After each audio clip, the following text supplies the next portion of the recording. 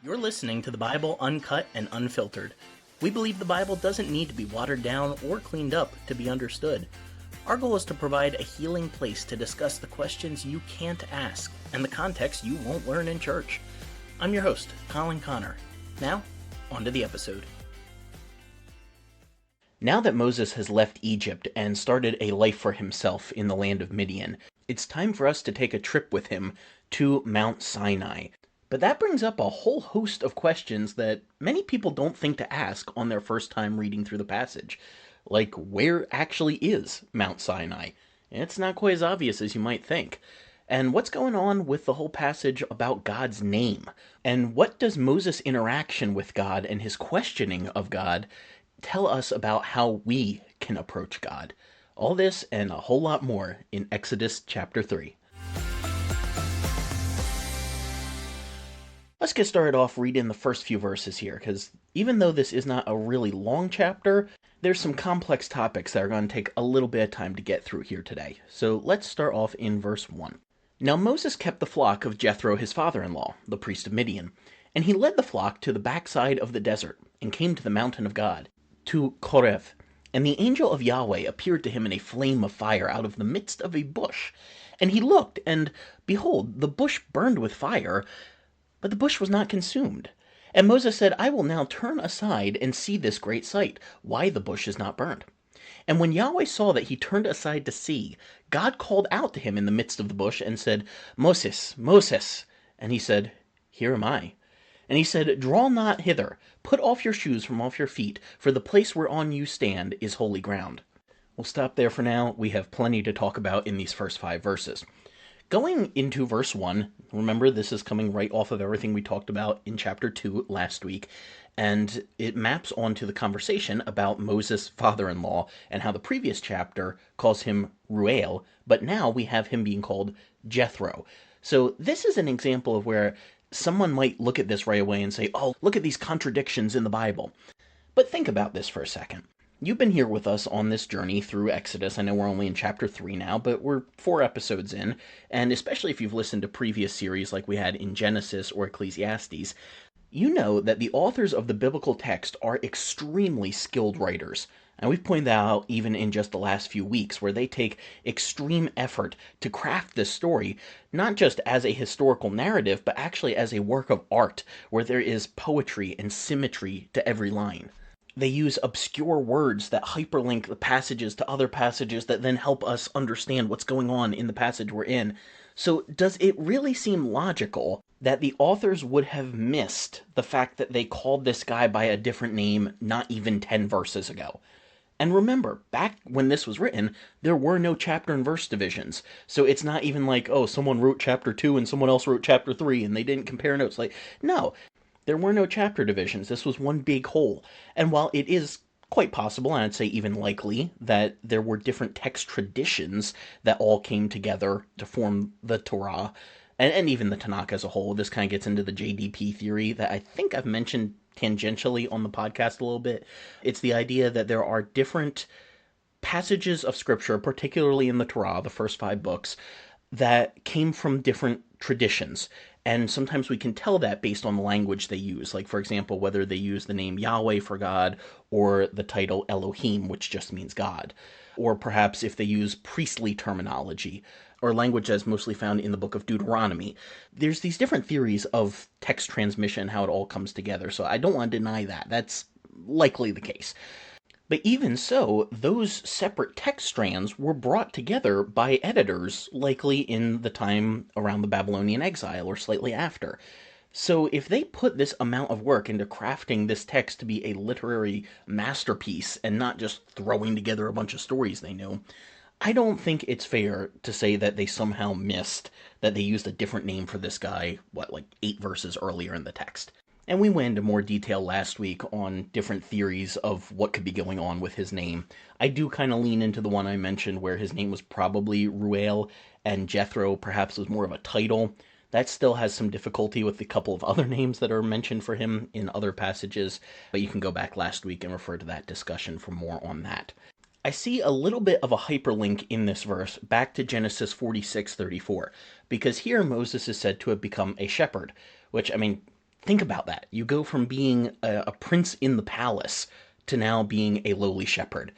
And Genesis 46:34, this is in the Joseph story when Joseph is now second in command in Egypt and his family has come into the land.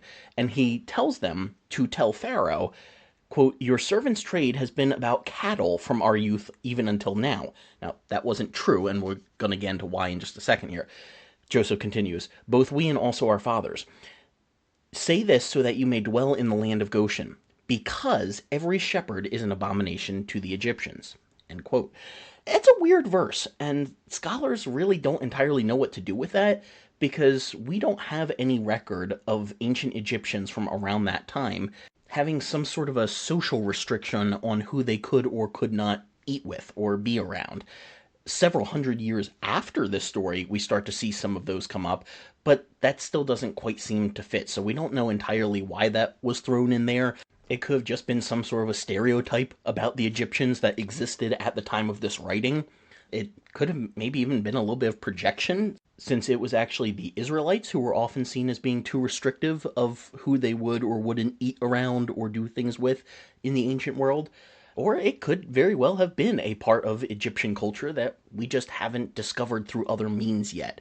So whatever route you take with that, I think the point of having Moses as a shepherd here in this story is to kind of hyperlink it back to this Genesis 46:34 and show that Moses is supposedly gone from the highest possible rank under Pharaoh to what would have been considered the lowest possible rank in his culture.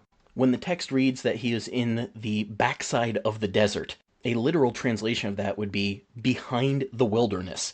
So if the wilderness is the middle of nowhere, this is the place beyond nowhere, right? This is the backside of nowhere. It's just a very creative way of saying he was out where nobody else was. I've done my best through the podcast to encourage you to be attentive readers of the text. So we should be asking some questions as we get toward the end of this verse here, because it reads that Moses came to the mountain of God, even to Horeb. I realize we have not covered the entirety of Genesis in our podcast yet, but if you were reading in a linear fashion here and you had read through Genesis, you would not find any reference yet to a mountain of God. Remember what I said in the first episode for this series. We want to read linearly. We want to read in the order that things happen and not read back into the text what we know from later passages.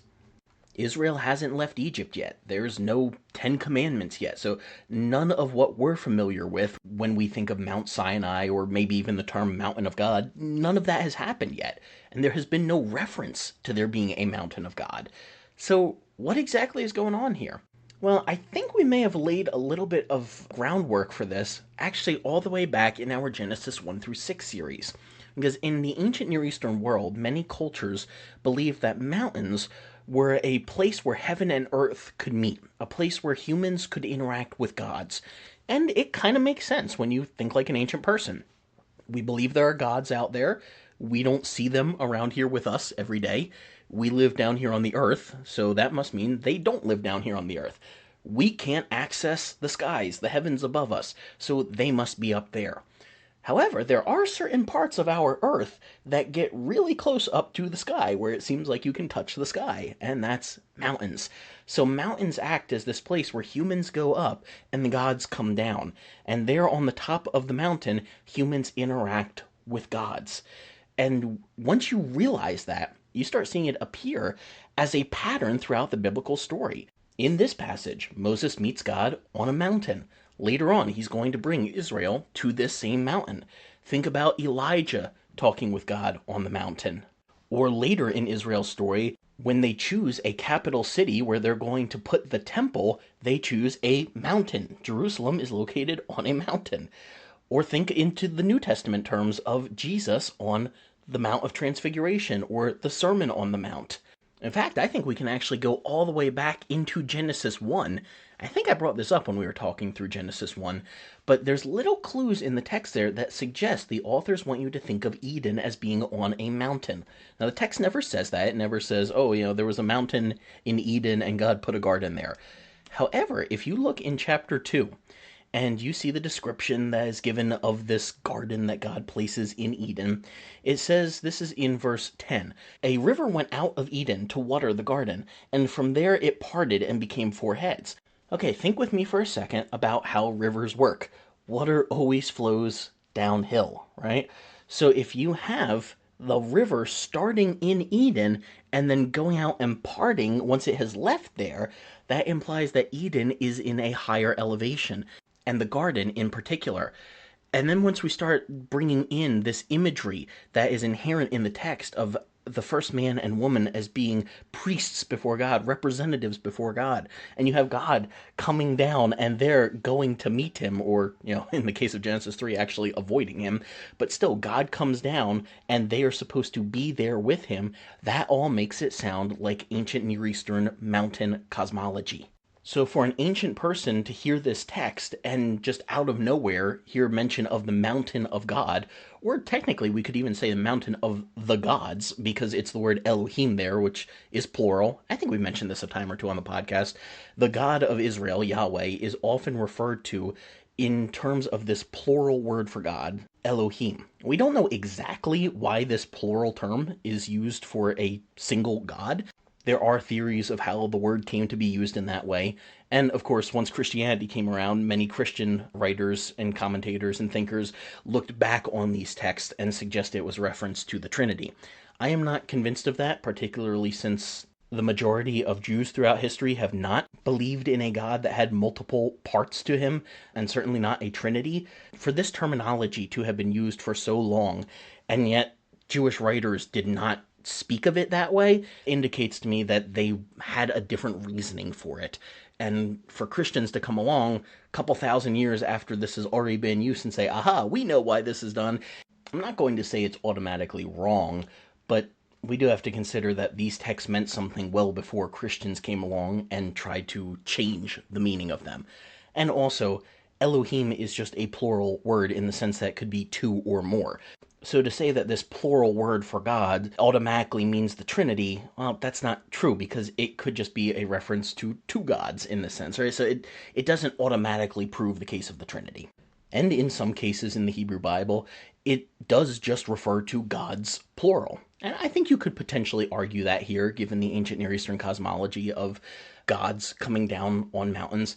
But I think part of what we have going on here, too, is just a little bit of something that is common from the time of the writers seeping back in now, even though it's not chronological into the story. So the author isn't necessarily going to step out of character and say, oh, yeah, so Moses comes to this place that later on it's going to be called the Mountain of God, but we haven't talked about it yet, so let me introduce you to the concept. Now, in this case, he's just taking something that his listeners would have been familiar with in their own time and place, like, oh yeah, we absolutely know what the Mountain of God is. We've been talking about it for centuries now. So since it's assumed in the culture that he's writing for, he doesn't think that he has to go back and explain it in this first introduction to the concept.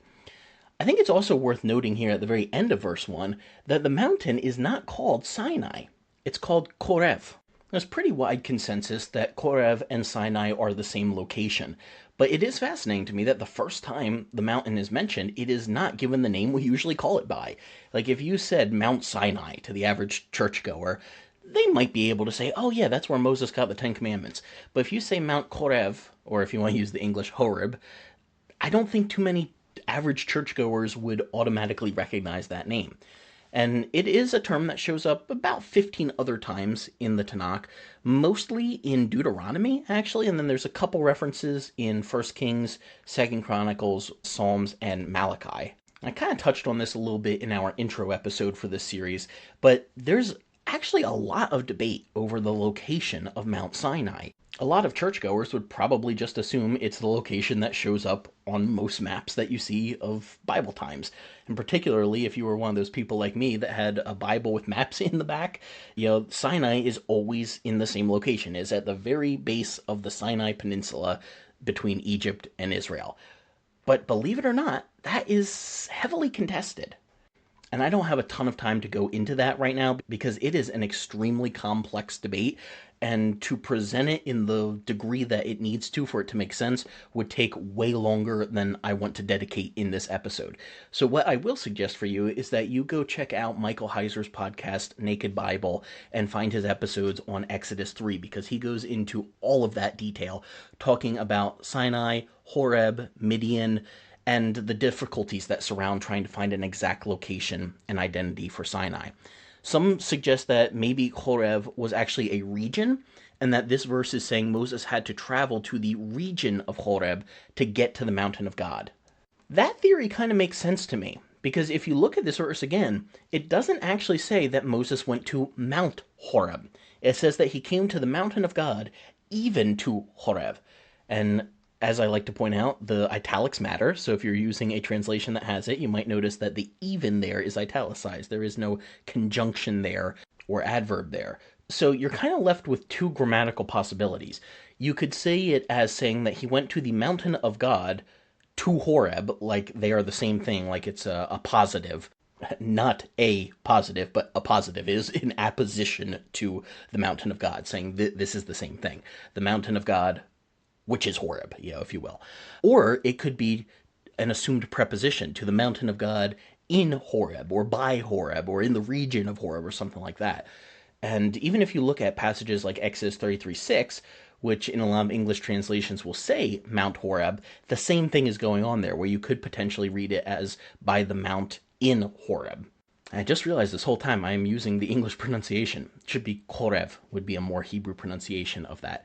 I usually try to stick to pronunciations that would be closer, just to remind us that we are dealing with a text that was not originally written in English, but old habits die hard, and when you've read it as Horeb for so long, it kind of sticks in there.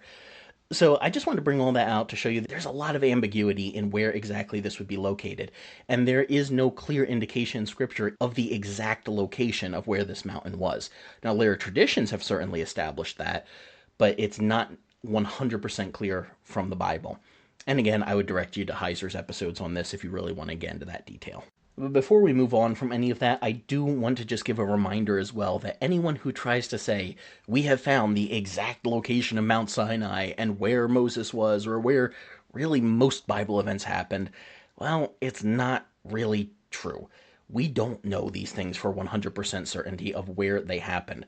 And there are all kinds of wacky things you can find online of, oh, we found pictographs around Mount Sinai that seem to depict, the Israelites being there, or there are these burnt spots, and maybe it was a volcanic mountain, and that's where the bush that was on fire was, or that's where God's presence came down in a pillar of fire. No, that's not how any of that works. And we can't just look at a couple of scorch marks on a mountain that could be from literally anything and say this proves the biblical account. Now, it also doesn't mean the biblical account isn't true. It's just we have to be honest about our findings, and also that we're not dealing with a science textbook. We are dealing with a religious text, and so there are certain things in this that are just taken by faith that we're not going to be able to dig up some archaeological evidence for. I want to read you a quick quote here from Robert Alter in his translation commentary. The name, and by this he means Korev, is transparently derived from a root signifying dryness, and so means something like parched mountain. Abraham Ibn Ezra, he was a popular Jewish commentator from about 1,000 years ago, he notes that this parched desert location is a full 3 days' journey from the Nile, the great source of water in Egypt. That contrast points to a spatial thematic antithesis. Moses, the man who was associated with water from infancy on, now encounters the God of all creation in the dry desert and in flame. End quote. As we move into verse 2, we're kind of drawn back into a little bit of a Trinity debate here, because there's some scholarly debate around who exactly the angel of the Lord in this passage was. And while a lot of preachers like to define it as Jesus, that's kind of another conversation for another day. But for right now, remember that we are reading forwards with the text, not backwards. We are eventually getting to Jesus in the New Testament. We are not trying to find him in every little detail of a text written long before his incarnation. This is something else that Heiser has gone into quite frequently in his podcast, where he would talk about what he called the two powers in heaven. And it actually stems from a book by the same name by Alan Siegel. And the general idea is that there was an ancient Near Eastern mythology in the land of Canaan that had kind of two different co-ruling gods, where within the Canaanite mythology there is a god named El. And that's a whole wild thing when you try to compare that to the Bible's depiction of Yahweh and how that compares to the use of the term El as well. But in Canaanite religion, El was kind of the old fuddy-duddy, old guy in the sky, white beard, the way that we usually picture God. That was El in the Canaanite religion. But he appointed this other god, Baal, or as we often say in English, Baal, that we find in the Bible, as being a ruler under him, as kind of his representative. And so Siegel and eventually Heiser would posit that this is kind of what the Jewish authors drew on, where Yahweh could be existing as ruler over all, but also present in the form of another at the exact same time. So there are some scholars, it's kind of a minority view, but there are some scholars who think that the angel of Yahweh was just another manifestation of Yahweh himself. And once that trickles out of the academy and eventually makes it into churches, the way most preachers present it is saying that Jesus is that angel of Yahweh, but that could be reading into it a little bit too much. There are others who think that the angel of Yahweh is its own distinct figure.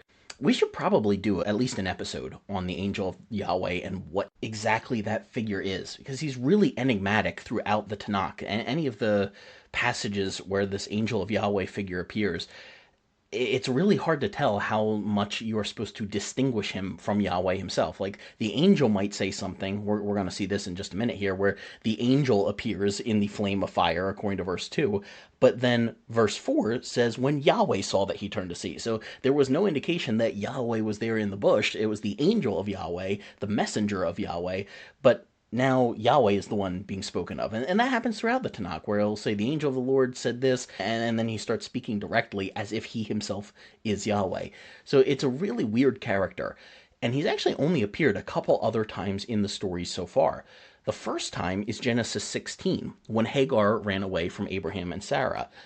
The second time is in Genesis 21, where again, Hagar and Sarah and Abraham are involved, but this time it's because Abraham and Sarah kicked her out. A third time is in Genesis 22, when Abraham was about to sacrifice Isaac, and then a fourth time in Genesis 31, when Jacob ran away from his family.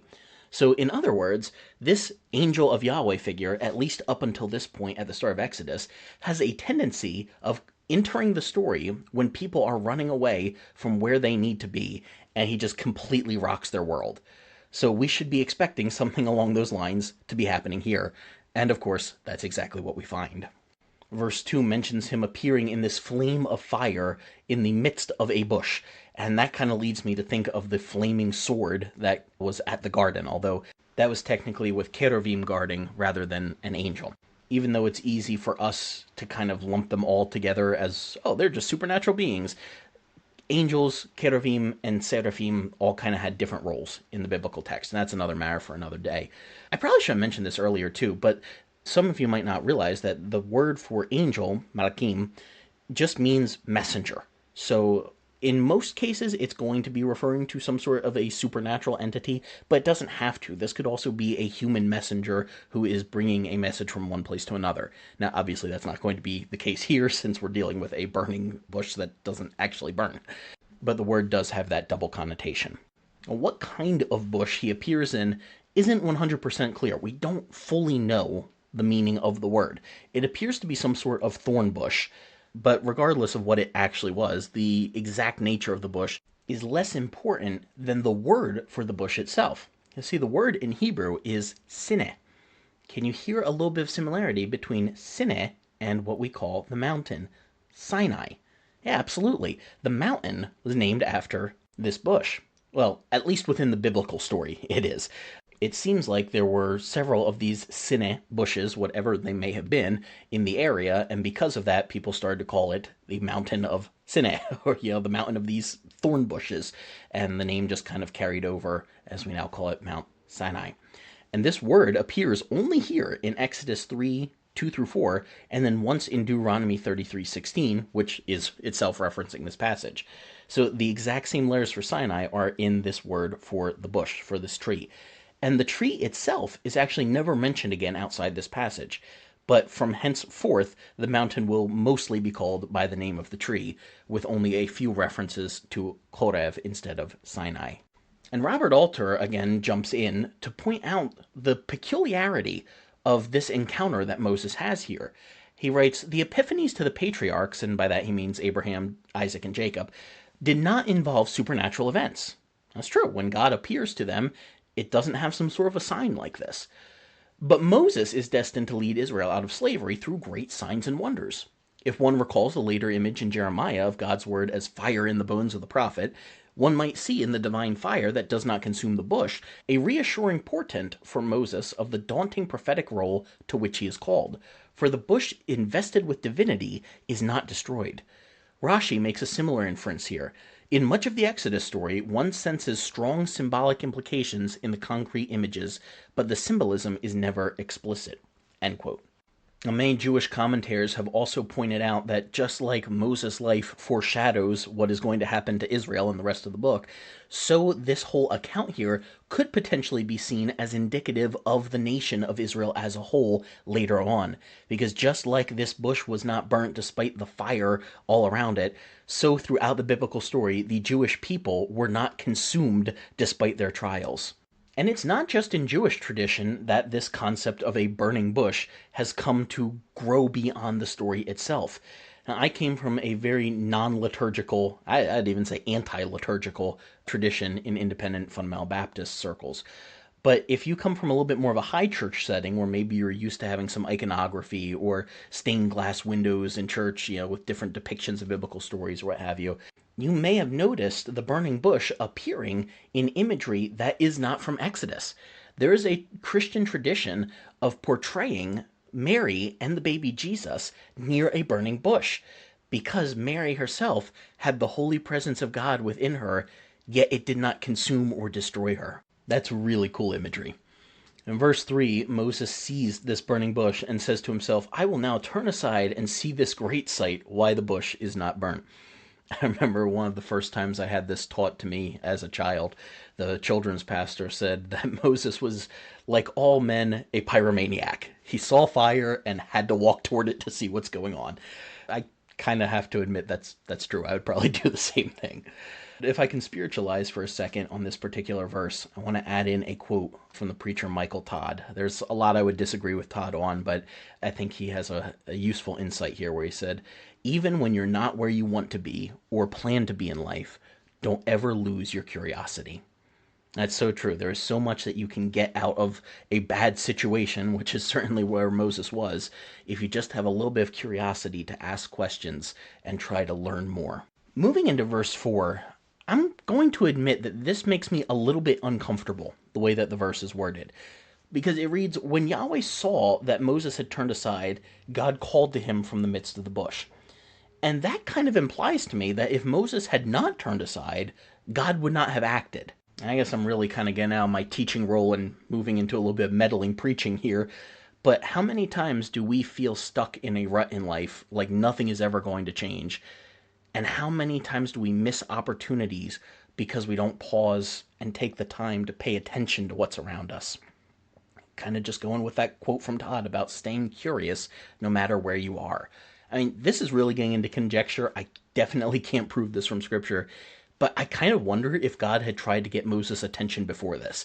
Because, I mean, come on. If your first move is to appear to someone as a burning bush that doesn't actually burn, that's a pretty big deal. We're bringing out the big guns right away. Like, God is swinging for the fences here with this first try. So it kind of makes me wonder, was this actually the first time God tried to get Moses' attention? Or were there more subtle ways that he had tried previously, and having a burning bush right in front of him was the only way that Moses would actually pay attention? I don't know. Again, I definitely can't prove it, but it gets me thinking. And something else really cool about this setup is we have God's presence now visualized through fire. So we're on a mountain specifically identified with God. There's a tree, and there's a spiritual being, the angel of Yahweh. That's Eden language. So just like the first man and woman faced a test at a tree, possibly on a mountain, so now does our new hero. This is almost like a new tree of life. And there's actually a whole other part of this that hyperlinks to other biblical stories, and it's Moses' response of, "Here am I," to God's calling out to him. It's actually a really fun word to say in Hebrew. What we have translated as here am I, it's hineni in Hebrew. So hineni. I don't know why, I just find that fun to say. And we have a few stories in Genesis of God calling out to somebody and their response being, here am I, or here I am. One instance would be with Jacob in Genesis 31, where the angel of God said to him in a dream, Jacob, and I said, here am I. That's Genesis 31:11. Interestingly enough, we also have in Genesis 37, Jacob speaking to his son Joseph, and Joseph's response being, here am I, hineni, again. But I think we can dig even a little bit deeper and make this connection even more specific, because God calls Moses' name twice here. And there's only one other time so far in the biblical story where God has called someone's name twice, and their response was, Hineni, here I am. And it was Abraham when he was about to sacrifice Isaac on, that's right, a mountain. So Moses is also being hyperlinked to Abraham. Are you getting the idea yet that a test is about to happen here? We have him on a mountain. We have him hyperlinked to Abraham with the sacrifice of Isaac story. We have him hyperlinked back to the Garden of Eden and the test with Adam and Eve. So there's going to be something happening here where Moses is tested. Whenever God appears on mountains or near trees, tests usually happen in the Bible. I don't want to read too much into this, but this is the first time in our story that Moses has been called by name since he left Egypt. As I mentioned last week, the biblical story is not a complete account of the characters' lives. That would take so many more volumes than could possibly have been written. It's just trying to tell the parts that are important to the main storyline. So this is not to say that Moses was never called by name since the time that he left Egypt. But within the presentation that is in the Bible, Moses has not been called by name since his rebirth when Pharaoh's daughter pulled him out of the river. I think part of the implication of that may be that this is yet another form of rebirth for him, where this is a rebirth of his identity. It is not until he is introduced to the God of his ancestors that he truly learns who he is and is able to be a full person. Verse 5 is another example of how we so easily just gloss over key details because we are used to the rest of the Bible and we import it into the text. But if we set all that aside and we pretend like this is the first time we have ever read this chapter, verse 5 should really stand out to us.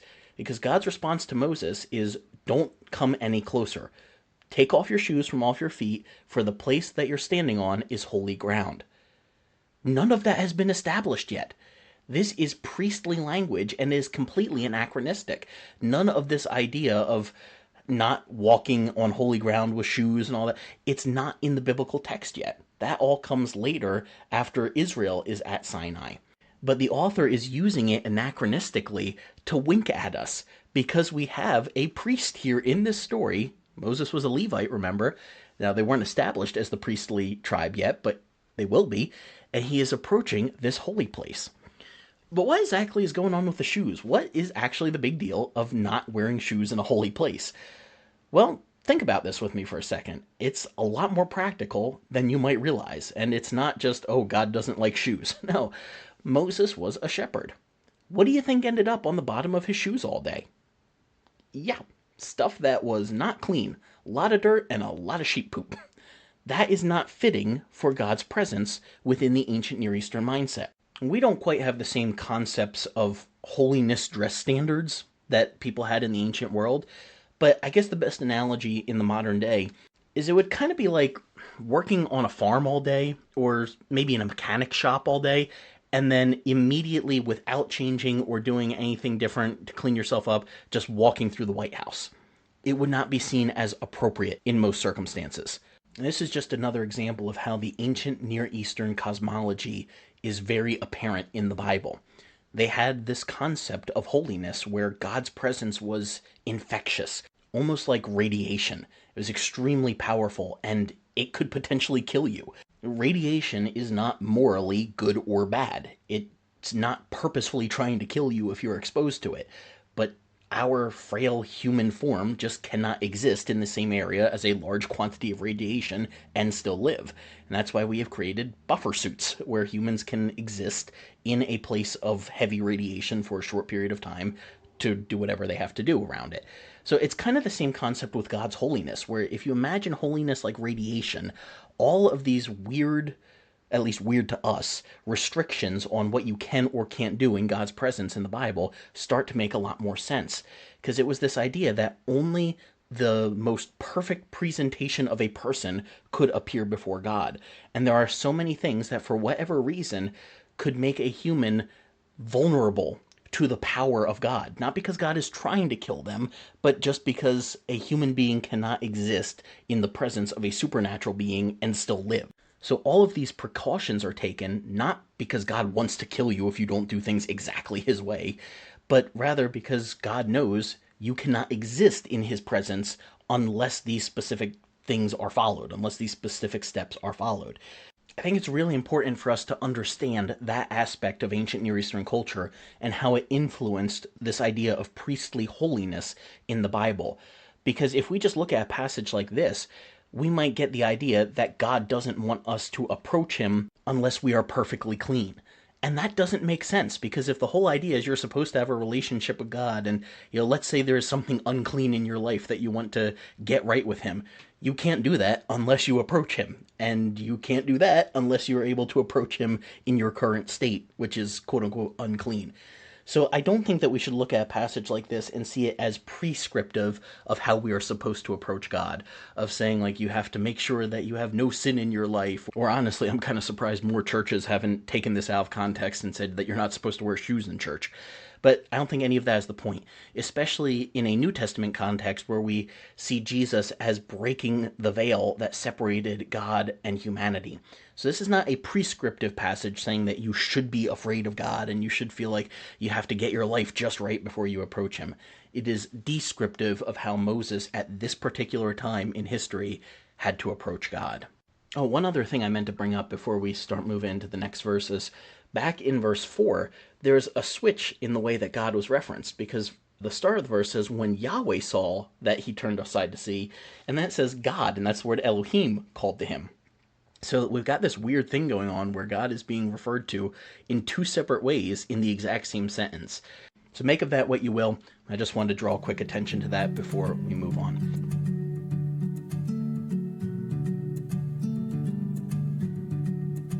Let's pick up in verse 6. Moreover, he said, I am the God of your father, the God of Abraham, the God of Isaac, and the God of Jacob. And Moses hid his face because he was afraid to look on God. And Yahweh said, see, again, we have this back and forth, whether God is being referred to just by the title God or the name Yahweh. And Yahweh said, I have surely seen the affliction of my people which are in Egypt, and have heard their cry by reason of their taskmasters. I know their sorrows.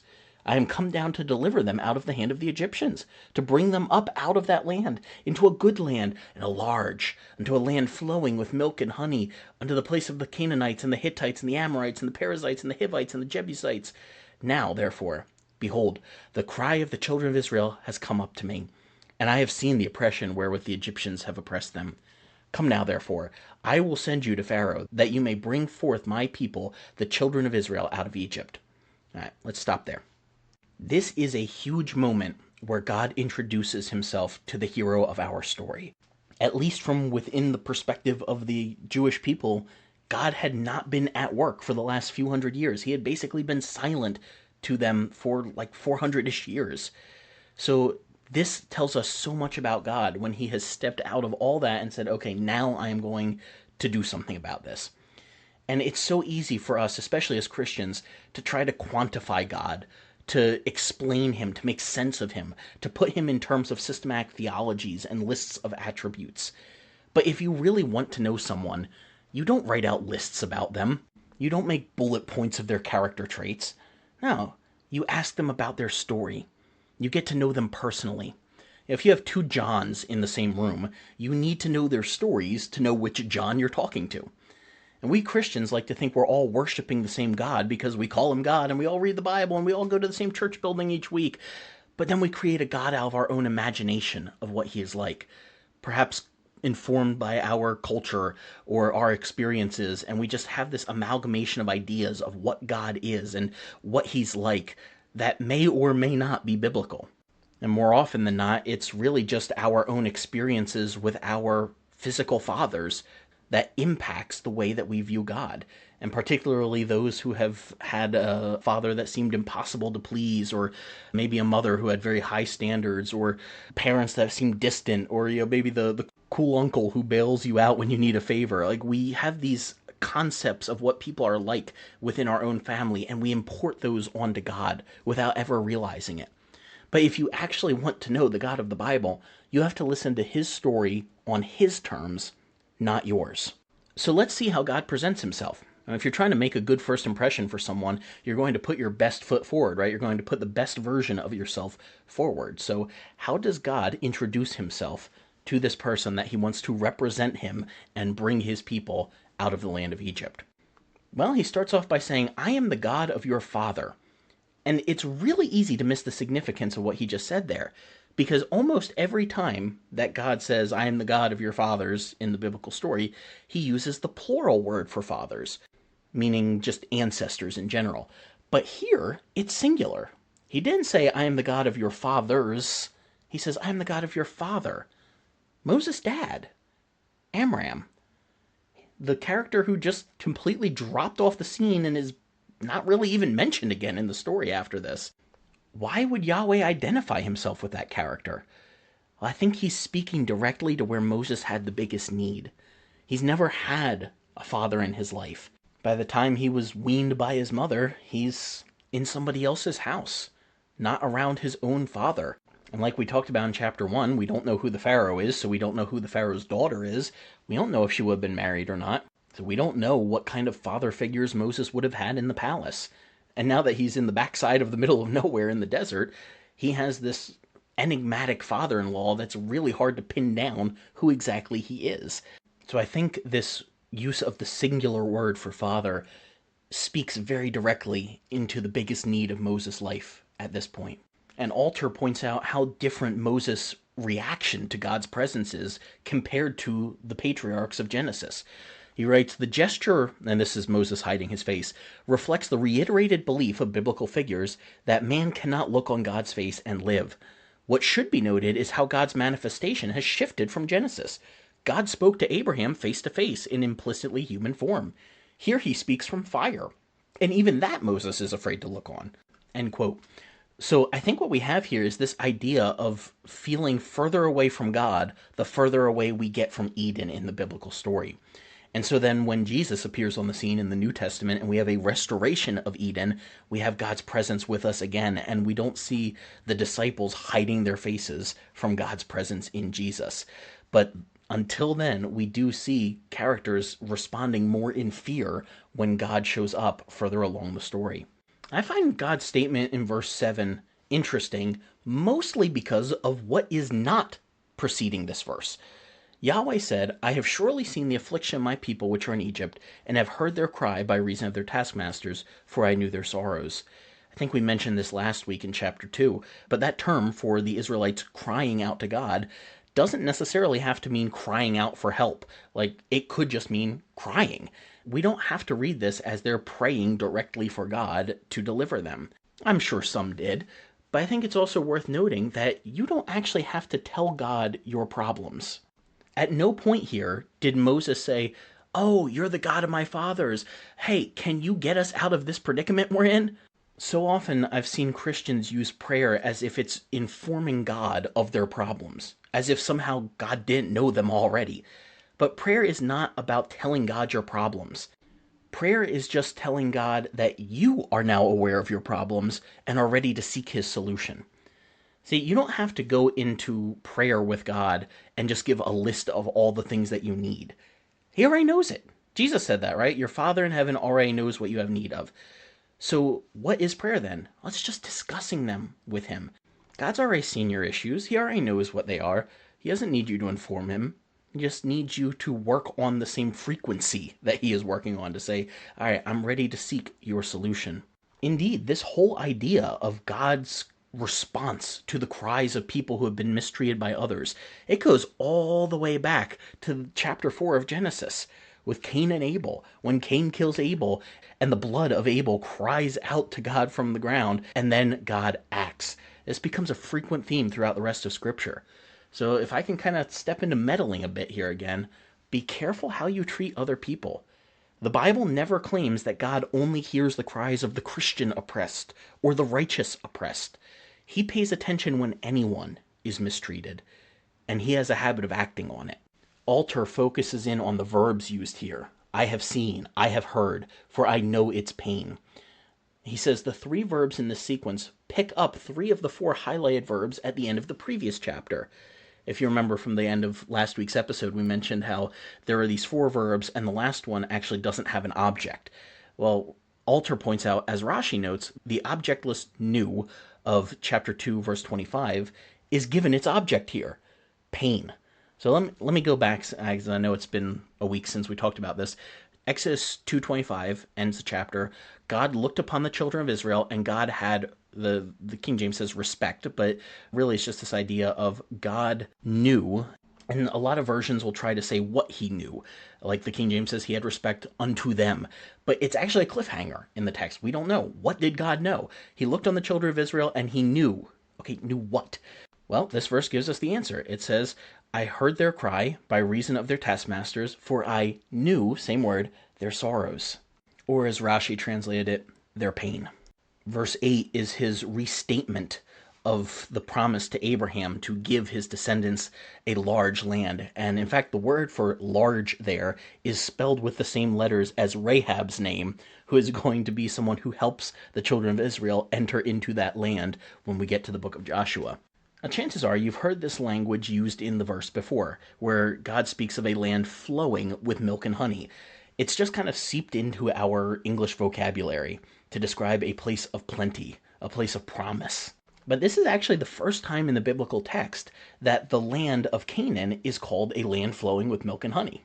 And those terms will be used together several more times throughout the biblical story to refer to the land. But this is the first time it happens. But have you ever stopped to consider why those two particular food items are used to describe the bounty of this land? What's so special about milk and honey? Well, nowadays it's a very good whiskey brand from Israel, but that's another matter for another day. Alter helps us understand a little bit of what the food items actually were. He writes that the honey in question is probably not bees' honey, for apiculture was not practiced in this early period, but rather a sweet syrup extracted from dates. The milk would most likely have been goat's milk and not cow's milk. Okay, that helps us understand what the items are, but that still doesn't explain their significance. To answer that, we have to look at how some scholars suggest ancient Egyptians may have used both milk and honey in religious rituals and possibly even funeral ceremonies. So it's quite possible God could have been drawing on terminology that Moses would have been familiar with from growing up in Egypt to describe the bounty of the land that they were going into. I think there's also possible hyperlinks back to the later chapters of Genesis. In Genesis 49:12, Jacob is giving his blessings or prophecies over his children, and he says of Judah, now this is verse 12, that his eyes will be red with wine and his teeth white with milk. So I think it's possible that this is now inserted into the Exodus text to connect back to this prophecy from Jacob. And if we look in Genesis 43:11, when Jacob sends his sons down into Egypt to meet with, well, they don't know it's Joseph yet, but Joseph, he says, if it must be so now, take of the best fruits in the land in your vessels, and carry down to the man, that's Joseph, he just didn't realize it, a present, a little balm, a little honey, spices, myrrh, nuts, almonds. So you have this suggestion that Jacob was probably living somewhere in the realm of Canaan at the time, and he had this honey from the land that he then sent down to Egypt. So it's kind of a reversal of that, where now the children of Israel are leaving Egypt to go back to this land where honey came from. And of course, everyone's favorite part of this passage is the long list of names that end in "ite." My children's pastor growing up used to throw in parasites and mosquito bites into those lists as well. And I get that those particular terms may not have much meaning to the average modern reader, but they were extremely significant to the ancient Israelites, because if you compare this list to that in Genesis 15, specifically verses 15 to 21, when God is first telling Abraham about how his descendants are going to have this great land, he mentions these same names. Now, the list of names changes throughout the Tanakh as you go in different passages, but there is usually a good deal of overlap. And what we know about these different people groups, It varies depending on the group, but even then, it's still relatively limited, even on the groups that we know the most about. The first one, the Canaanites, that is an overarching term for the people in the land in general. So it's kind of like if we use the term Europeans today, right? There are several countries throughout Europe, but we could talk about someone who's from France or Germany or England and say they are European. So it's sort of the same idea where anyone from this general region would be Canaanites. So that's just kind of a blanket term. The next one, Hittites, that's probably the people group from that time that we know the most about in this list. But even then, it's still not a ton, and it's relatively recent. In fact, just a couple hundred years ago, scholars weren't sure that the Hittites had ever existed. There were many who thought this was an invention of the biblical authors. And it wasn't until the 1830s and honestly, really the 1900s that we found any record of the Hittite people. Back in Genesis 15, Abraham was promised land that the Hittites had controlled. But believe it or not, their portrayal in the biblical story was actually mostly positive up until this point. Abraham bought a piece of Hittite land to bury Sarah in, and then eventually to be buried in himself. Esau married a Hittite, though Isaac and Rebekah weren't too thrilled with that. Similarly, when it comes to the Amorites, Abraham was promised Amorite land, but he's only seen to be friends with the Amorites throughout his lifetime in the biblical text. Now, there is a hint in Genesis 48 that Jacob may have fought with an Amorite, but we don't necessarily have that story in the biblical text. Well, possibly we don't. That's a whole complicated issue. We don't have time for that today. We'll have to save that for whenever we do series in the later parts of Genesis. The Perizzites are often listed amongst other Canaanite tribes, and they're relatively passive in the biblical story until we get to Joshua. What's weird about them is we don't have a lineage for them in the Bible, or really much of an idea of who they were. At least with many of these other people groups, there's some indication of who they trace their lineage back to, at least going back to either Abraham or Noah. But we don't have that with the Perizzites. There's no indication of who they were or where they descended from. As for the Hivites, we also don't know too much about them. We do read that Esau also married a Hivite, and Shechem, who shows up in Abraham's story and Isaac's story, he was a Hivite. So they don't have great pictures so far, but it's not the worst thing in the world. So it brings up a legitimate and very awkward question that not a lot of Christians are willing to ask. And it's what makes it okay for God to displace these nations in favor of Israel? They were already in the land. What gives him the right to take their land from them and give it to somebody else? I know a lot of Christians would jump in and say, well, God is God and he owns the whole planet so he can do whatever he wants with it. And that sounds really nice in a theology textbook. But that mindset has long-reaching effects, because if you use that logic in the biblical story, it doesn't take long before you're also willing to use it in the modern day. And that certainly speaks into Israel-Palestine issues today, and even going back in American history of dominion mandate, where often Christian explorers thought that they had the right to take whatever land they found in the name of God. And only recently are we finding out how much harm we did to native peoples by acting as if we had this divine right to take over whatever land we want to. And I realize there are going to be some Christians who will say, okay, well, God didn't command us to take over America, but he did command the Israelites to take over Canaan. Perhaps, but it's never quite as cut and dry as that. Because the whole point of Israel having this slice of land was for them to be able to spread out Eden blessing over the whole world. It wasn't just because God loves Israel more than everyone else and he wanted to make sure they had a land. No, Israel was chosen specifically for the purpose of bringing the entire world to God. Israel was never an end to itself. It wasn't like, okay, now we're in the land, let's just stop here. It was supposed to spread out so that God's blessing could be around the whole world. And that doesn't really mesh with wiping out men, women, and children and entire people groups. And when we dig even a little bit deeper, we have to admit that it's not like the people of the land were way worse than the Israelites were. If anything, within the biblical story, we have relatively positive portrayals of some of these people groups. And the only negative thing is they just so happen to be on the wrong side of Israel's spears. But particularly in Genesis, we see characters like Abraham and Jacob palling around with people from these different ethnic groups. And more often than not, it's people from the line of Israel who are making the biggest mistakes in the story. So I don't think we can really make this moral claim either of, oh, the people of the land were so wicked that God had to wipe them all out, and Israel was so much better, so God just puts them into the land. These are difficult thoughts that we just have to wrestle with the dissonance of. I think a little bit of what Heiser has brought in with the idea of the Nephilim corrupting human bloodlines and taking over the land of Canaan, I think some of that could speak into it, which I want to get into that more in the podcast because it is a tantalizing way to make sense of some of the violence of the conquest of Canaan.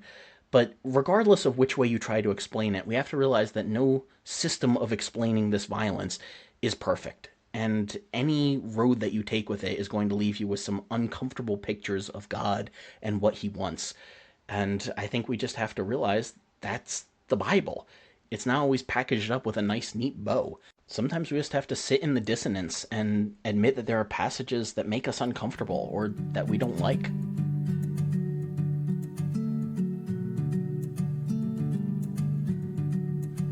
Verse 11 gives us Moses' response to God. Moses said to God, "Who am I that I should go to Pharaoh and that I should bring forth the children of Israel out of Egypt?" And he said, "Surely I will be with you, and this will be a token to you that I have sent you. When you have brought forth the people out of Egypt, and you will serve God on this mountain." And Moses said to God, "Behold, look, when I come to the children of Israel and say to them, 'The God of your fathers has sent me to you,' and they say to me, 'Oh yeah? What's his name?' What do I say to them then?" And God said to Moses, "I am that I am." And he said, "Thus will you say to the children of Israel, 'I am has sent me to you.'" God said moreover to Moses, "Thus you should say to the children of Israel, 'Yahweh, God of your fathers, the God of Abraham, the God of Isaac, the God of Jacob, has sent me to you. This is my name forever, and this is my memorial to all generations.'" And we'll stop there for the moment and take a look at these verses. Verse 10 is actually the first time that God calls Israel my people in the biblical story. And in verse 11, when Moses says, "Who am I?" that's a really fun phrase in Hebrew. This doesn't necessarily have any greater meaning. I just sometimes like when there's this rhyme scheme in Hebrew that's not as apparent in English. Moses says, "Mi anoki ki." That's who am I that. So the word me in Hebrew means who, anoki is I, and ki is that. So when he says, "Who am I that I should go?" just those first few words there. Who am I that? Mi anoki ki.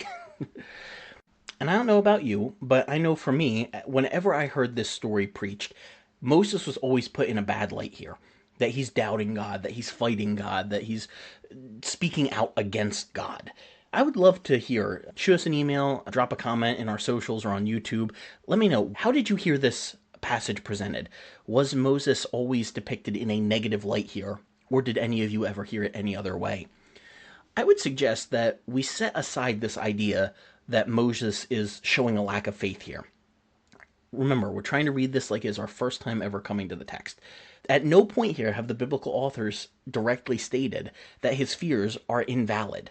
Because when you think about it, I mean, in a way, Moses was the perfect guy for the job. He grew up in Pharaoh's house, so he would know it better than anyone else. But in another way, how terrifying.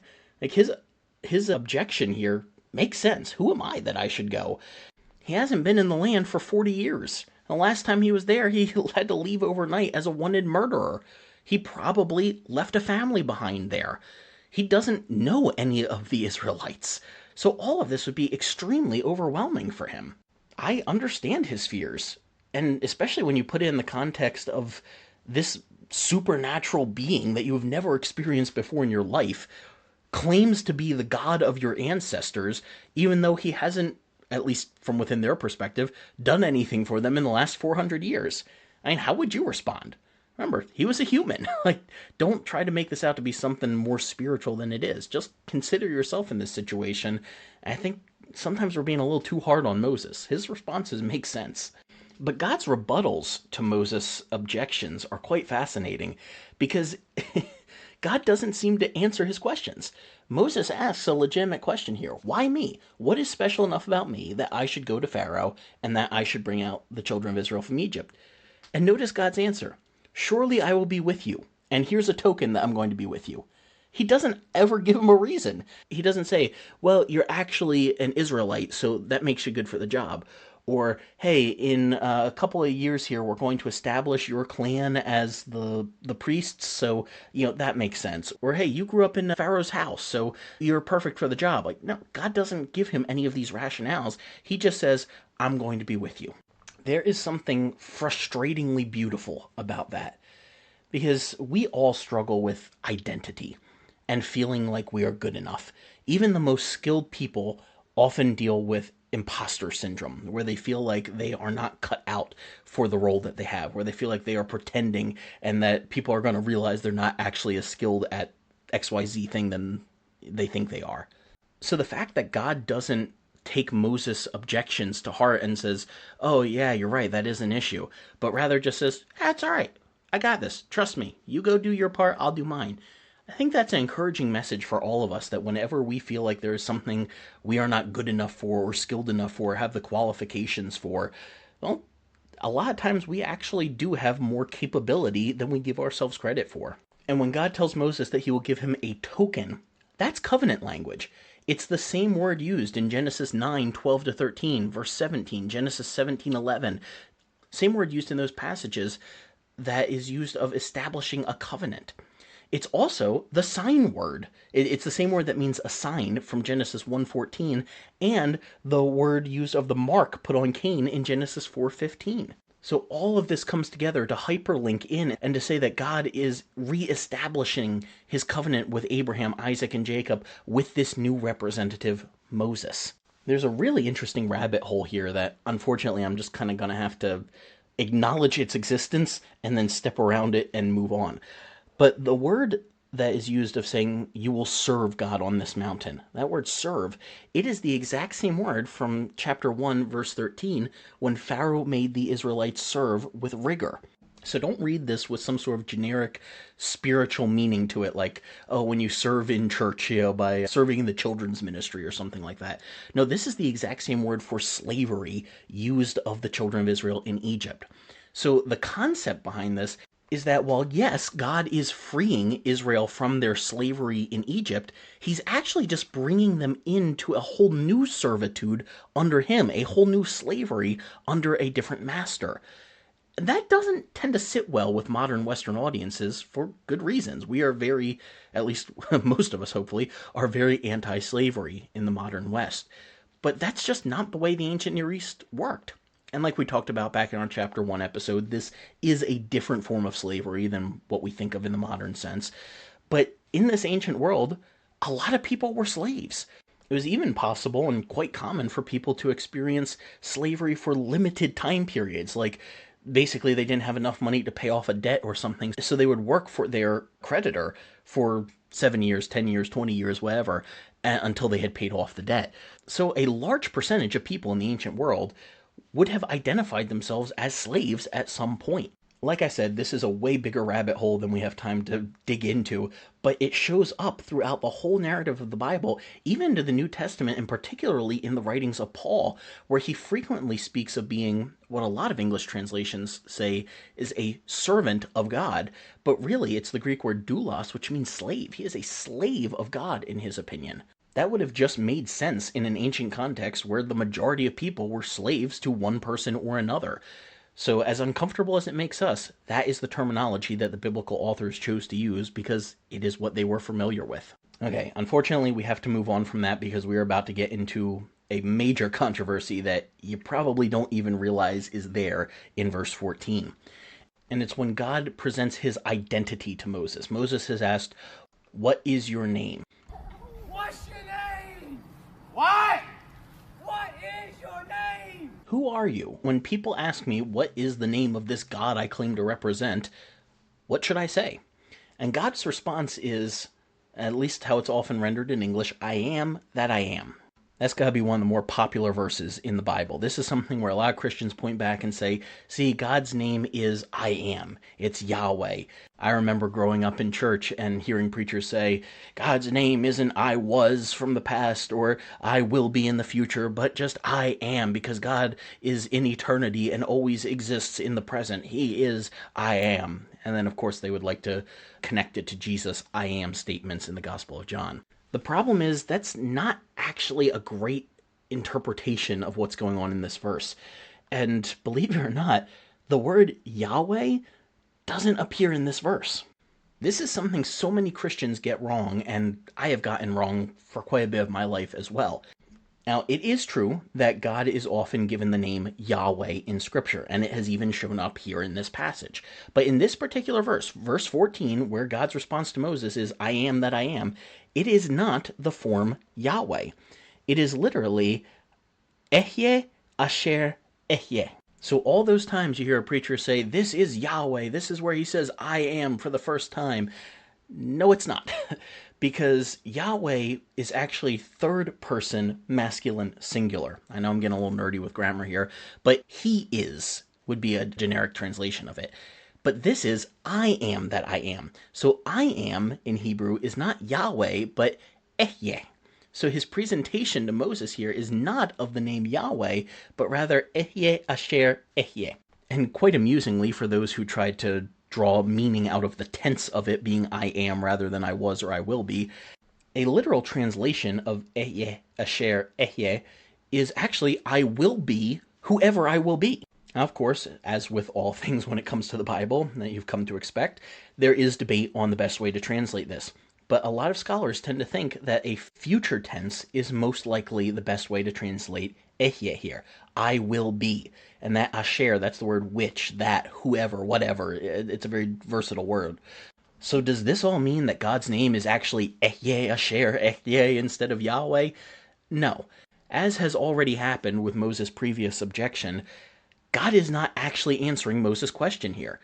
And it makes me think of Jesus in the Gospels when people would come up to him and ask him questions, and he almost never directly answered their question. He tried to get more toward the heart of the issue, even if it meant never specifically answering the question that they brought up. And honestly, that's a pretty good practice. It can be annoying, but this was something I learned in some counseling training that I've had, is that people almost never come to you as a counselor with their actual problem. They come to you with what they think the problem is, but the real problem is behind that. So that's not to say you don't ever address what they come to you for, but you want to try to dig down and see, okay, what's actually at the root here? And that's kind of what God's doing. I think you can make a good argument. God never answers Moses' question here at this point. He doesn't actually give him his name. God's response is not, oh yeah, here's my name. God's response to Moses' question of what is your name is, I'll be whoever I want to be. That is literally what he says. I'll be whoever I will be. Basically, you don't need to know right now. I am not who you think I am. I am not going to fit your boxes. I can't be tamed. I can't be defined. I can't be given some name that encapsulates all of who I am. I'm just going to be whatever I want to be. I will be whoever I will be. Gary Rensburg has done some good work showing how this actually connects to a bit of Egyptian mythology. We have record in an Egyptian text, actually from roughly around the time of the Exodus, of the, quote, unknown name of Ra. That would be the god Ra. And he writes that in this Egyptian myth, Isis seeks to learn the secret name of Ra, though the great god refuses, with the comment, my father and mother told me my name. I have hidden it in my body since birth, so as to prevent the power of a male magician or a female magician from coming into existence against me. Isis, in turn, produces a venomous snake, which bites Ra, thereby forcing him, with no alternative, as he suffered tremendously from the burning poison, to ultimately disclose his name. The great god announced his name to Isis, the Great One of Magic. And that's where the quotation ends there, because in that story, while Ra does tell Isis his name, the audience is not privy to it. We don't ever actually find out what this secret name of Ra is. And the purpose for that, at least as laid out within the Egyptian text, is rooted in this ancient Near Eastern idea that a person's name had a form of power. And if you could name someone, you exerted an amount of power over them. And if you knew the right magic, you could potentially even cause harm to them if you could speak their name. So Ra was very protective of this name so that no magician could use it in a spell against him. So there could very well be a connection going on here where the biblical authors use this mythology to present Yahweh as someone who does not share his name at first with Moses, despite the fact that his name is within the text itself. Again, at the end of the verse, when God says, I am has sent me to you, that is ehyeh, because it is first person singular rather than third person singular. Yahweh is third person singular. He is, or he will be. Ehyeh is first person singular. I am, or I will be. And to complicate the whole matter, the name Yahweh appears in verse 15 again. So after all of that, we're back to using Yahweh. Because God said moreover to Moses, thus you will say to the children of Israel, Yahweh, God of your fathers. So he doesn't answer him in verse 14, but then he just proceeds with it in verse 15. And I've talked a little bit more in the podcast, and particularly in some of our shorts on social media and YouTube, about what the name of God actually would have been. Because there's a lot of debate on how to represent that in English. And a lot of translations will say Jehovah, even though that's not actually a word, and it meshes the consonants of Yahweh with the vowels from Adonai. That's a whole other thing. I get into that more in some of our shorts. And there's plenty of debate over how the name Yahweh should have been pronounced anyway, since there were no vowels in the original text. So it's just Yod, He, Vav, He, just those letters. The letter Yod, the letter He, the letter Vav, the letter He again. Or YHWH in English. Some scholars have even posited that those particular three letters, Yod, He, and Vav, may have initially served kind of like vowels in early Hebrew. Kind of like how we have Y in English that isn't technically a vowel, but basically acts as a vowel. Remember the old A-E-I-O-U and sometimes Y? So Yod, He, and Vav can sometimes serve almost like vowels. So if that's the case, all the letters that make up the name Yahweh are possibly tied to vowels and are at that point almost like a placeholder name in the very first place. Like this whole representation of God's name as YHWH, Yod He Vav He, maybe that in itself is a placeholder and not even what the divine name would have been. Gotta love it, right? There's so much more complexity to these texts than we often realize.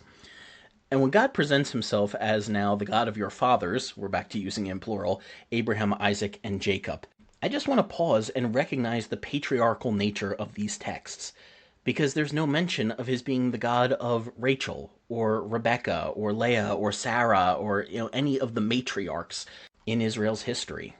I don't think that's something that we should be taking as indicative of the way God viewed those women. I think it's just the reality of a very patriarchal culture in which the Bible was written. It was mostly written by men, if not entirely written by men. And so they're going to focus on the bloodline coming through the male members of the family. I don't think writing the women out of the narrative like that is necessarily what God wanted. It's just the way the text was written. And honestly, it's not even just the women that get left out of this. Like, why does the text stop with Abraham, Isaac, and Jacob? That feels like kind of an arbitrary stopping place to me. Why doesn't God list himself as the God of Judah, or Joseph, or Esau, or Ishmael? Like, I kind of get Abraham, because God calls Abraham out of Ur, and then I kind of get Isaac, because he's the chosen seed in that line. I kind of get Jacob as well, because much like Isaac, he's the chosen lineage. But Jacob had 12 sons. And eventually the biblical text narrows down to one of those sons in particular, Judah's line, where we get King David. So why does God stop identifying himself at Jacob? Why not go into being the God of Judah, or in this case, the God of Joseph, possibly? I don't know. I don't know why all of Jacob's sons get included in this blessing instead of carrying on this tradition of just identifying with one particular son. I guess it's just the nice, neat symmetry of having three names there of Abraham, Isaac, and Jacob. If you have any thoughts or a better explanation of it, feel free to reach out and let me know. Wrapping up this verse, we still have two other points we have to make. First, when God says, "This is my name forever and my memorial to all generations," Alter translates the end of it as, "and thus I am invoked." So what the King James has as, "this is my memorial for all generations," he says is, "thus I am invoked." And the way he explains it is that the Hebrew of this brief poetic inset preserves strict grammatical syntactical parallelism with the previous verse. And a quote there is, "and that is my appellation in all ages." He says, but English synonyms for name, such as appellation or designation, are too ponderously polysyllabic for the little poem. His point is that there is a poetry to the end of this verse that is really hard to carry over into English, but is more apparent in Hebrew. And in fact, the way the verse ends, this is the second thing I wanted to point out, what the King James has as all generations is ledor dor. It literally means to the lifetime lifetime, or to the lifetime of lifetimes. And the idea is just perpetual generations. For as long as there are lifetimes, this is my name. And the reason Alter had it as thus I am invoked is that word that the King James translates as memorial is actually the noun for mentioning or naming something. So he's saying, this is my mentioning, this is my remembrance, would probably be a good word, unto all generations. So the idea is, this name that I am presenting here, this is how people throughout time have referred to me. This is how I have been called throughout generations and how I will continue to be called.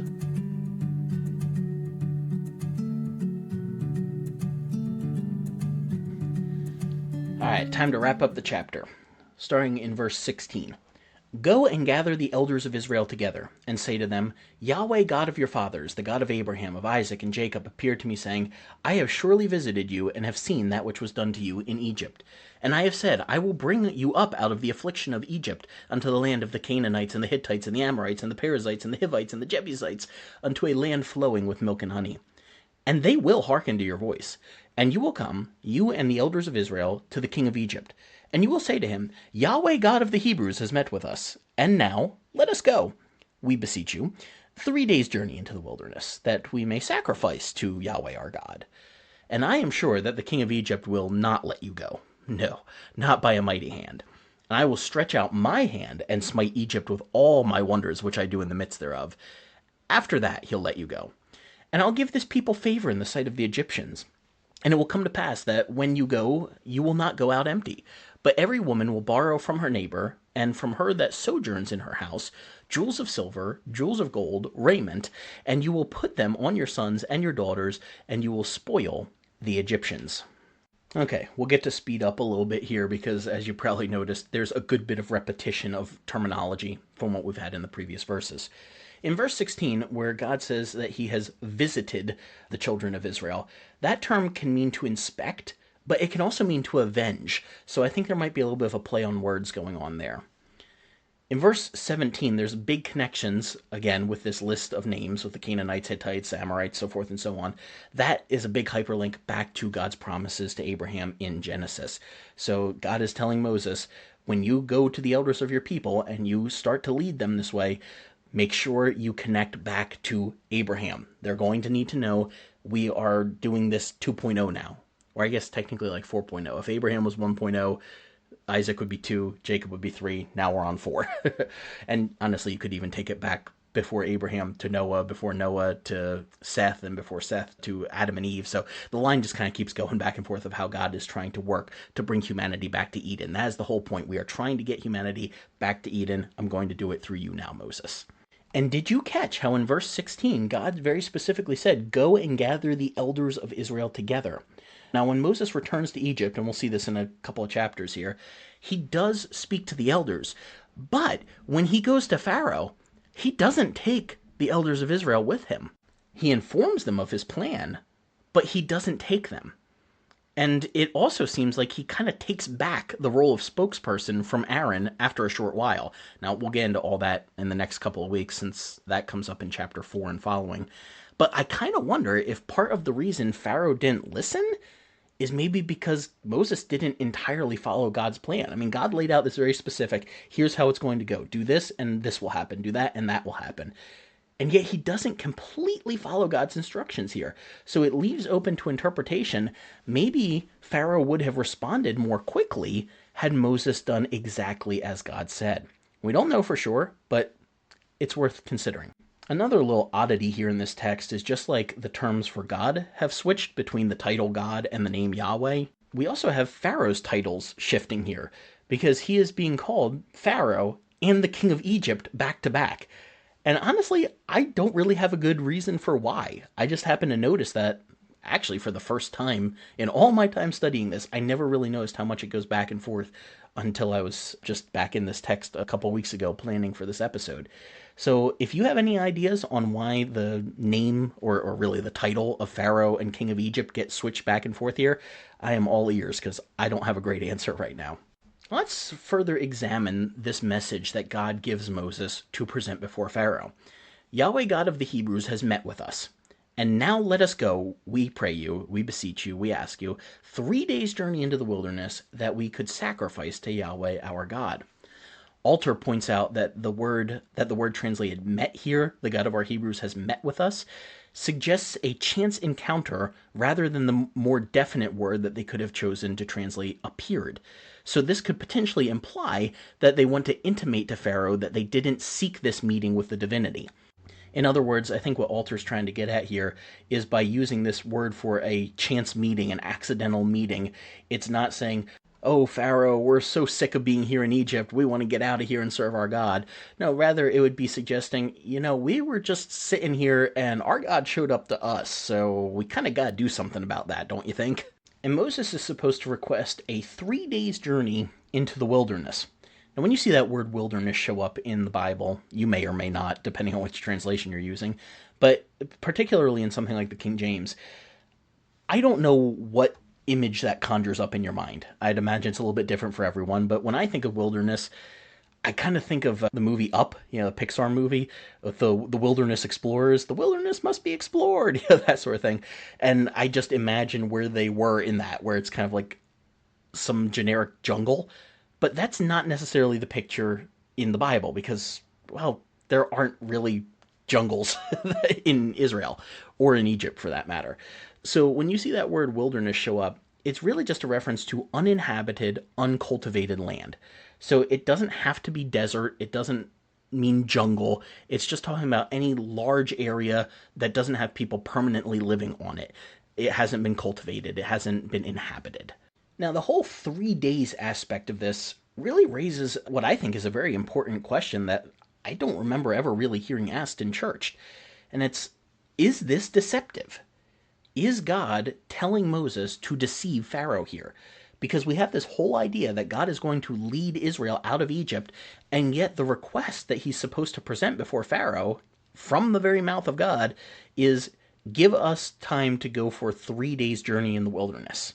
So was God actually just okay with them getting out of Egypt for 3 days and then going back? Or was he telling Moses to lie to Pharaoh? Well, I don't think it's entirely clear. And given what we talked about in chapter 1 with God's relationship with deception and the midwives and all that, I don't think, and the biblical authors apparently don't think, that God would be above using deception to get the best of Pharaoh. Or you could potentially say that maybe this offer of 3 days' journey was there to give Pharaoh a chance to see, oh, wow, I've been way too hard on these people, let me give them a break.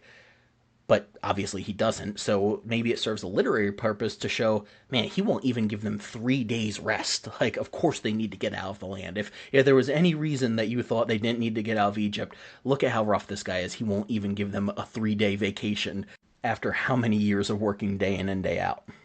Alter points out that they don't say they intend to return. So even though these words bear the obvious implication that they're requesting only for a furlough, and sometimes week-long furloughs were actually extended to Egyptian slaves, to ask for absolute manumission would have been outrageous. One other option I'll throw into the mix here is that there does seem to be an idiom in the biblical texts of using this 3 days language to just describe a generically long journey. So we see this particularly in the book of Jonah, where Nineveh is described as a city that would take 3 days' journey to get from one end to the other. And that doesn't necessarily have to mean exactly 72 hours from one end to the other, but just this generic idea of, man, it is a long trip from one end of Nineveh to the other. So several different ways of reading this, but I think all of them basically present you with the realization that God was telling Moses to lie to Pharaoh. Do with that as you will. There's a couple different ways you could translate verse 19, because if you go with the way that it's often presented and the way it is here in the King James, it doesn't really make sense. God says, I am sure that the king of Egypt won't let you go, no, not by a mighty hand. Well, when you think about it, Pharaoh does actually eventually let the Israelites go by a mighty hand. So to say, no, he won't let you go even by a mighty hand, well, that's kind of not true. Although I suppose you could say for a while he doesn't until he just gets pressured way too much. But there is actually another legitimate way, grammatically, that you could translate this. And it's that the king of Egypt will not let you go except by a strong hand. So if we were to do a very literal translation both ways, first option, the king of Egypt won't allow you to walk. That's what the word to go means.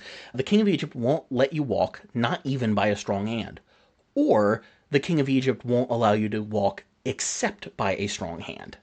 So even though there's kind of a tradition in translations to go with the first option, I think the second one actually makes more sense.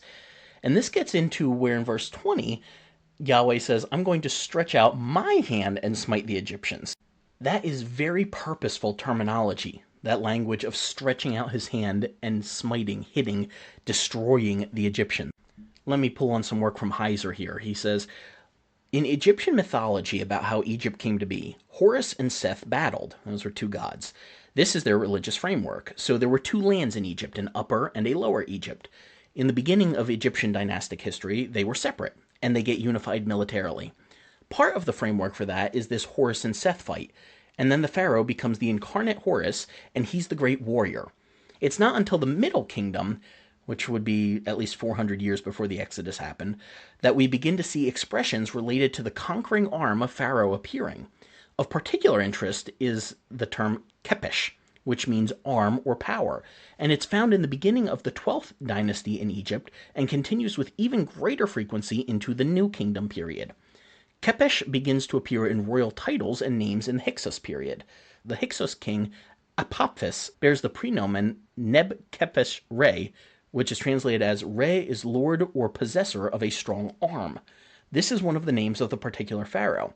So what Heiser is pointing out here is this whole language of having a stretched out, powerful arm, that's Egyptian terminology that gets used of their pharaohs. In fact, there's all kinds of images you can find online of the pharaohs with their arms stretched out as being symbolic of their power. So Yahweh is using their own terminology of power and might and strength to say, actually, I'm going to do that to you. And the word used of wonders here, it's actually the word often translated miracle. It's something that defies explanation or definition, something that confuses you and requires a lot of pondering to wrap your mind around. And interestingly enough, the only other use of the word so far in the biblical story is in Genesis 18:14, after Sarah mocks when God asks Abraham if anything is too difficult for him. I like the entry that the Theological Lexicon of the Old Testament has here for the word.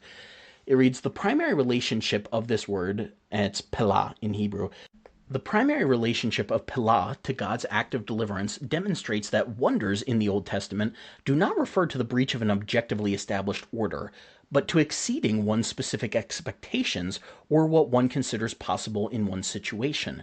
The concrete situation here is distress. In the distress of barrenness, Sarah expects, according to human criterion, to remain childless in Genesis 18.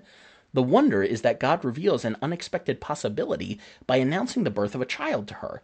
The process of deliverance itself can then be entirely natural. End quote. Verse 21 reads that the people will have favor in the sight of the Egyptians. That's the word chen. Khen is often how it's transliterated into English. It's the Hebrew word that's often translated grace. So it means having this divine favor. So the Egyptians are going to see you as favored by the gods. I think what we're really supposed to draw from using that word there is how the Egyptians' perspective of the Israelites will change throughout the story. Because back in chapter 1, they looked on them with disdain. And now God is saying they're actually going to see you as favored by the gods by the time you leave. And this talk of not going out empty, it's the exact same language used in Genesis 31:42 when Jacob escapes from Laban. Let me read that verse. Except the God of my father, the God of Abraham, and the fear of Isaac had been with me, this is Jacob speaking, surely you, Laban, would have sent me away now empty. But God has seen my affliction and the labor of my hands, and he rebuked you last night. So just like Jacob left with a lot of goods that were not his, and I think we can maybe even go all the way back to earlier in Genesis when Abraham was in Egypt and there was the whole debacle where he lied about Sarah being his sister instead of his wife, and he left there with extra blessing. I think we can tie all those stories together and see them as foreshadowing what God is saying here. When you leave Egypt, you are going to leave with a bunch of stuff that is not yours. And in verse 22, when the text reads that every woman will borrow of her neighbor, borrow is not a great word here. And that's more just an English shortcoming because when we think of borrowing, it means like, I'm going to take this for a short time and I'm going to give it back to you. But the Hebrew word beneath it actually means to ask for something. There is no implication of giving it back. It's just saying every woman is going to ask from her neighbor and she's going to get this stuff. And that word neighbor is actually a very rare word for a specifically female neighbor. And it's the word Shekinah. Now, if you've been in church for any length of time, you may be familiar with the term Shekinah glory. It's often used by preachers to describe God's presence amongst his people, often in the form of like a cloud of smoke or something like that. What's interesting, though, is that term, Shekinah glory, never actually shows up in the Bible. The concept does, where God dwells with his people and often in a pillar of smoke or something like that, filling a building. But that exact term of Shekinah glory is never used in the Bible. But the reason I bring it up here is you might notice the similarity between how we say in English Shekinah and the Hebrew word that I said was behind the word for a female neighbor here, Shekinah. It's the exact same thing, is drawing from the same root word that means to dwell. So the word has come to mean God's presence dwelling amongst his people. But here in this passage, this is actually the closest we get to the word Shekinah being in the Bible. And it's referring to a female neighbor who is living next to the Israelites. I'll just pull the pin on this grenade and then drop it because why not? I do find it interesting that when God's Spirit is spoken of in the Bible is often in feminine terms. And when we use this wording of Shekinah glory, it is often to describe the Spirit and his work in filling up a place. And that's actually technically a feminine word in Hebrew. Now, you can definitely make too much of that, but it's just something I thought I would toss in there since people can get all uppity about gendered language when it comes to God. Let that sit and make you uncomfortable for a while. I do find it fascinating how the Egyptians here are described as being neighbors to the Israelites. It suggests that they were not living in separate sections of Egypt, that there wasn't like a ghetto where the Israelites had to live or something, but it sounds like they actually lived near each other. And that really just kind of raises some questions about the interactions that these Israelite slaves may have had with the average Egyptian, who, remember, it wasn't your average Egyptian that had enslaved these Hebrews. It was the government that did. So how might the average Egyptian have felt about these people in their land, and what kind of interactions did they have together? Did the Jews see them as complicit in the oversteps of their government? Well, we can't know, but it does raise some fascinating questions. And when we're told that they will leave with jewels of gold, jewels of silver, that word jewels, it's actually a word that means vessels. So the idea is bowls of silver and gold. It's the same word used of the vessels that carried the gifts Jacob sent with his sons down to Joseph in Egypt. It's also the same word used of gold and silver vessels that Abraham's servant gave to Rebekah to convince her to marry Isaac. And the word for raiment there, that means clothes, it's the same word that is used in Jacob's list of gifts sent down to Egypt as well.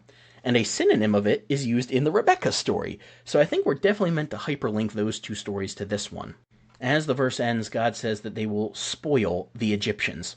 Technically, the last word there is not Egyptians, but Egypt. So pretty much all English versions get that wrong, where they say that you will spoil the Egyptians when literally it's you will spoil Egypt. I get that's kind of splitting hairs because if you're taking from the Egyptians, that is taking from Egypt. But if we're being very literal here, it would be Egypt rather than Egyptians. I like how the Message Bible translates it, "Oh, you'll clean the Egyptians out." That's pretty well stated. One last question I do want to bring up here before we close out the episode. How does this concept of God's telling the Israelites they will spoil the Egyptians make you feel? Remember, it was the Egyptian government that mistreated the Israelites, not the average Egyptian. And yet it seems to be the average Egyptian that God is saying they will take goods from as if they were their own. They're going to spoil the Egyptians. They're going to take all of this for their own. That could make some people uncomfortable. I mean, it basically comes down to the Israelites are going to steal from the Egyptians, and you can say, oh, they're going to give it willingly. Okay, well, when your God has 10 massive, devastating signs that he puts over your land, you're not really given much of a choice there. There's not a whole lot of free will in what you're doing. So I don't think we can make that argument. And since I'm in the mood of causing some trouble here today, let me pull the pin on another grenade, drop it, and walk away. How might this influence our conversation on reparations today? Now, I will admit, I am a white man, and I came from a very white culture where we often did not like the idea of having to pay back for things that we personally did not do. We say, why should we have to suffer for the sins of our ancestors? Well, the average Egyptian was not the one who enslaved the Israelites. And remember, too, the pharaohs have changed now. We're over 40 years in the past, so an entire generation has gone by. And the ones that are in Egypt right then are not the ones who enslaved the Israelites. And yet God apparently still deemed it appropriate for the Israelites to take more than they went in with of things that were not their own from people who did not actively work to oppress them. Hey, don't get mad at me. That's just right there in the biblical text. You don't have to like it, but if you claim to follow the Bible and to take it literally, you have to wrestle with this kind of thing. It's right there.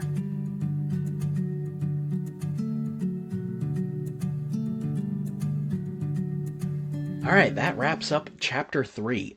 I realized that was kind of tedious in certain areas. We had some really in-depth conversations there. So if you stuck around this far, I really appreciate it. I want to say a big thank you to you, and you get a gold star for Bible nerdiness. Next up is chapter 4, and that one is really fun. I'm not sure if we'll be able to get that one in one episode or not, because it's a little bit of a longer chapter, and there's some wild stuff we have to cover there. So when we get there, we will be talking about Moses as a magician, what happens when God stutters. We're going to give a little bit of a different perspective on the Israelite priesthood than you may have been familiar with. And we're going to talk about how Moses maybe almost didn't make it back to Egypt. But you'll have to wait a week for that. So until next time, stay curious and keep asking questions about the Uncut and Unfiltered Bible. You've been listening to the Bible Uncut and Unfiltered. We hope we provided a healing place to discuss the questions you can't ask and the context you won't learn in church. If you enjoyed the podcast, would you take a minute to share it with a friend? You could also rate and review on your podcast app. If you'd like to donate to keep our work going, you can go to our website, thebibleuncut.com, and click on the Support Us tab. While you're there, check out the recommended resources and blog where we post show notes and other articles. Thanks for listening. We'll see you next week.